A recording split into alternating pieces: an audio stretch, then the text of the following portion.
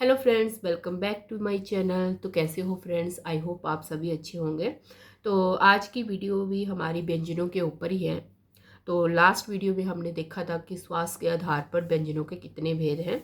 तो आज हम करेंगे कि स्वर तंत्रिकाओं के कंपन के आधार पर व्यंजनों के कितने भेद हैं। तो ये हैं दो।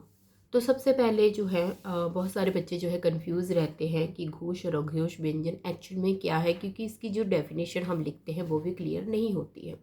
तो आपको सबसे पहले तो ये पता होना चाहिए कि जो मैंने यहाँ पे लिखा है उनका मीनिंग क्या है। अब मैंने यहाँ पे लिखा है जिन वर्णों के उच्चारण में केवल नाद का उपयोग हो। नाद होती है ध्वनि या गर्जना जिसको बोलते हैं। कुछ एक साउंड जो होती है वो हार्श होती है, ठीक है, उनको हम नाद बोलते हैं, ठीक है। और स्वर तंत्रियों में कंपन, स्वर तंत्रिकाएं एक्चुअल में क्या होती हैं? आपने देखा होगा जो हमारा साउंड बॉक्स है, लेरिंग्स है, उसके अंदर टू बैंड मसल्स होते हैं जिनको हम वोकल कॉर्ड्स बोलते हैं। तो कुछ एक वर्णों के बोलने पे जो है वो वाइब्रेट होते हैं, एक थोड़ी सी कंपन सी महसूस होती है, तो उसको बोलते हैं हम स्वर तंत्रिकाएं।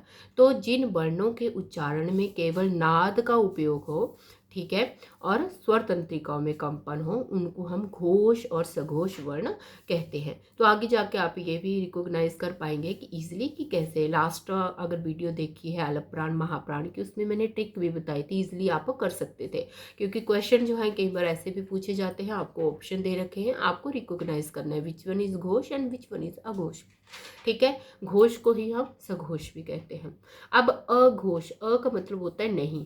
अघोष व्यंजन मतलब जिन वर्णों के उच्चारण में नाद की जगह, ठीक है, केवल श्वास का उपयोग होता है, सिंपल एयर पास करती है, और इसमें जो है स्वर तंत्रिकाओं में कंपन भी नहीं होता है, ठीक है। नाद का मेनली जो मतलब है वो ध्वनि है, अलग सी साउंड आती है। अब कैसे इसको रिकॉग्नाइज कर सकते हैं हम? अब हम कैसे रिकॉग्निशन करेंगे कि ये घोष है ये सघोष है? तो आपने क्या करना है, जैसे कि मैंने यहाँ पे लिख रखा है, स्पर्श व्यंजन लिख रखे हैं, ठीक है, अंतस्थ व्यंजन लिख रखे हैं, ऊष्म व्यंजन लिख रखे हैं। तो लास्ट टाइम जो हमने किया था वो ऑड इवन का कंसेप्ट यूज कर लिया था कि अलप प्राण में जो है वो क्या है, ऑड है, और जो महाप्राण है उसमें एवन नंबर सिंपल कर लिया था। तो हम पहले ऐसे चले थे, ऐसे करके ऐसे चल रहे थे हम, एक एक के बाद एक वर्ण छोड़ के सेकंड वाला, एक वर्ण छोड़ के नेक्स्ट वाला। अब हमने क्या करना है कि जैसे कि ये दोनों first and second, first second, third, fourth, fifth, ये आ गया हमारे पास अलग से,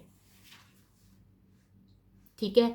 तो घोष और सघोष में कौन से जाएंगे हमारे पास? ये थर्ड, फोर्थ और फिफ्थ नंबर वाले जो वर्ण जाएंगे वो जाएंगे हमारे घोष में। कैसे?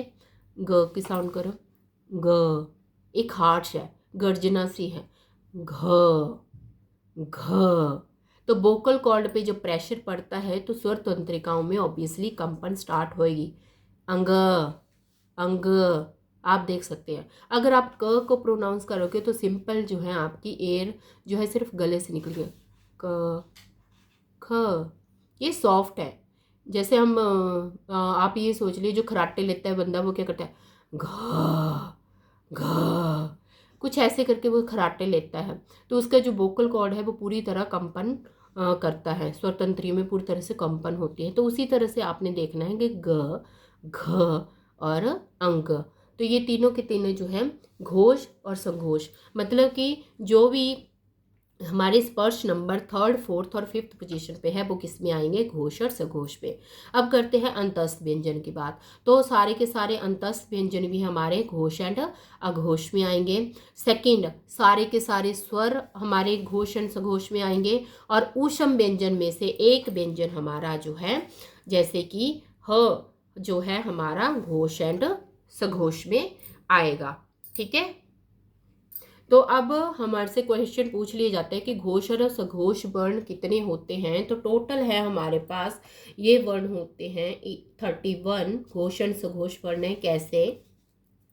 11 तो मैंने बोला स्वर है, सारे के सारे स्वर, ठीक है, सारे के सारे स्वर आ गए हमारे पास। सेकंड, जो थर्ड, फोर्थ, फिफ्थ वर्ण है कौन से? स्पर्श व्यंजन के, स्पर्श व्यंजन के थर्ड, फोर्थ और फिफ्थ वर्ण आ गए हमारे पास यहाँ पे। ठीक है, अब एक अंतस्थ व्यंजन, अंतस्थ व्यंजन कौन से हैं? य, र, ल, व। सारे के सारे हमारे पास अंतस्थ व्यंजन भी यहाँ पे आ गए, अंतस्थ व्यंजन यहाँ पे आ गए। ठीक है, और साथ में एक वर्ण आया हमारा ऊष्म व्यंजन से, ह। ये कौन सा है? ऊष्म व्यंजन का एक वर्ण, ऊष्म व्यंजन का एक वर्ण हमारे पास आ गया यहाँ पे। तो टोटल हो गए हमारे पास 31 वर्ण। तो घोष एंड अघोष में कितने वर्ण हैं हमारे पास? 31। तो आप इनको काउंट भी कर सकते हो। ठीक है, याद रखना है यहाँ पे हमने जो है पहले दो आ गए अघोष वर्ण में, और तीसरा, चौथा और पांचवा जो आ गया वो आ गया घोष एंड सुघोष में। बस थोड़े से यहाँ पे याद रखना है कि ऊष्म व्यंजन का सिर्फ एक ही वर्ण इसमें आता है। अब आता है हमारे पास अघोष वर्ण, जिसमें केवल सिर्फ श्वास का प्रयोग हो रहा है, स्वरतंत्री में कोई कंपन नहीं हो रहा है। तो ये टोटल कितने आते हैं हमारे पास? 13 वर्ण इसके अंदर आते हैं। इसमें पहला दूसरा वर्ण तो आता है स्पर्श व्यंजन का, पहला दूसरा वर्ण, ये टोटल वैसे भी 10 हो गए। ठीक है, अब और कौन से आते हैं? ऊष्म व्यंजन जो हमने किए, ऊष्म व्यंजन का एक वर्ण तो हमारा इधर चला गया, ह इधर चला गया। ठीक है, तो कौन से बच गए? 3, श, श एंड स। ये तीनों के तीनों ऊष्म व्यंजन के जो वर्ण हैं वो हमारे पास अघोष व्यंजन में आते हैं। तो फ्रेंड्स, ये थे हमारे घोष और अघोष व्यंजन। बहुत ही इम्पोर्टेंट है, कई बार पूछे भी जाते हैं कितने नंबर हैं, कौन कौन से होते हैं, आपको ऑप्शन दे सकते हैं, नंबरिंग पूछ सकते हैं।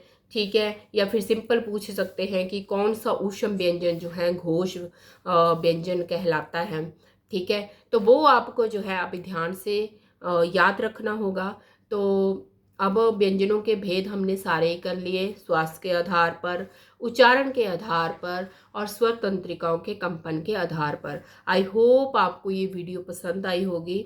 तो फ्रेंड्स, आपने अगर मेरी लास्ट वीडियो नहीं देखी है, जिसमें शिरोरेखा किसे कहते हैं, खड़ी पाई किसे कहते हैं, तो प्लीज़ वो वीडियोस भी देखें और सब्सक्राइब करें चैनल को। और इससे पहले जो है मैंने एचपी की भी वीडियो डाली हैं, तो जो भी फ्रेंड्स मेरे एचपी से रिलेटेड हैं तो वो वहाँ पे एचपी जीके भी देख सकते हैं।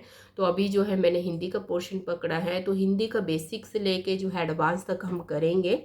तो मेरे वीडियो को ज़रूर सब्सक्राइब करें और शेयर करें और लाइक करें वीडियो को। तो मिलते हैं नेक्स्ट वीडियो के साथ, तब तक के लिए बाय बाय फ्रेंड्स।